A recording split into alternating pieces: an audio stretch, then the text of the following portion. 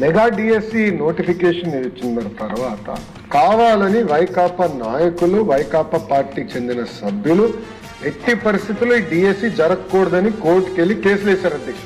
148 రోజుల్లో 141 కేసులు DSC జరగద్దు, DSC ఆపండి అని కేసులు వేశారు అధ్యక్ష. ఇది గౌరవ ముఖ్యమంత్రి గారి తొలి సంతకం. అది ముందర వెళ్ళకూడదన్న లక్ష్యంతో వైకాపా నాయకులు ఆనాడు కేసులు వేసిన మనం ఇచ్చిన నోటిఫికేషన్ పకడ్బందీగా ఉంది కనుక అన్ని రూల్స్ పాటించాం కనుక అధ్యక్ష నేను డిపార్ట్మెంట్ కూడా చెప్పాను, నోటిఫికేషన్ ఎక్కడన్నా లీగల్ స్క్రూటినీలో ఫెయిల్ అయితే మటుకు I will be very serious on department అని చెప్పాను అధ్యక్ష.